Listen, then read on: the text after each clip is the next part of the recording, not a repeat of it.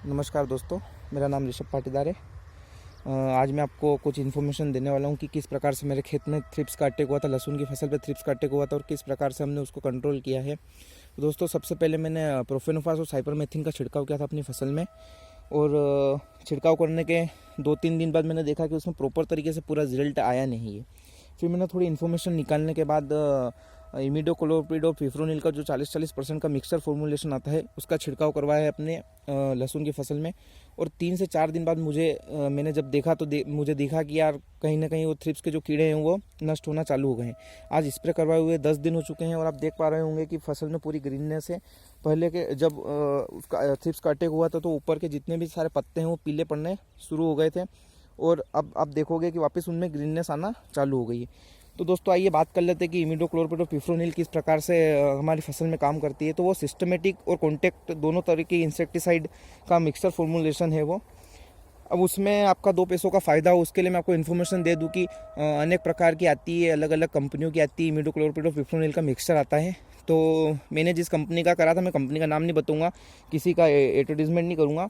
मैंने जिस कंपनी का छिड़काव स्प्रे करवाया था उसका डोज आया था 1100 रुपये का। 80 ग्राम आया था 2 बीघा ज़मीन में उसका स्प्रे करने के लिए।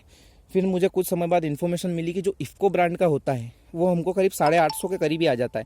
तो आप किसान भाइयों का फ़ायदा हो उसके लिए मैं आपको बता दूं कि अगर आप भी ये स्प्रे करना चाहते हैं तो इफ़को कंपनी का लीजिए। 850 रुपये में आपका 2 बीघे का डोज बन जाएगा और अच्छा खासा रिजल्ट आएगा। सिस्टमेटिक इंसेक्टिसाइड है, मतलब वो पेड़ में घुलेगा और अच्छे से अगर कीड़ा अंदर भी बैठा होगा तो आपके कीड़े को नष्ट कर देगा।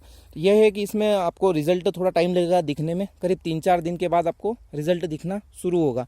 और आज देख सकते हैं आप कि ये 10 दिन का स्प्रे हो गया, 10 दिन हो गए इसको स्प्रे करे हुए और किस प्रकार से इसने फसल में अच्छी तरीके से थ्रिप्स को कंट्रोल किया है। और थ्रिप्स हम मैन्युअल तरीके से भी कंट्रोल कर सकते हैं, जैसे कि हम खेत में जब भी खरपतवार को बाहर करवाते हैं मैन्युअल तरीके से मजदूरों की मदद से, तो हमको एक बात का ध्यान रखना है कि जो भी कचरा वगैरह, जो भी मान लो बगदा वगैरह निकलता है उसको हम खेत से बाहर करवाएं। क्योंकि जब हम जो खरपतवार निकलता है उसको बाहर करवाएंगे तो थ्रिप्स और मच्छर मोला जो भी होगा उसको उसका घर बनाने की जगह नहीं मिलेगी।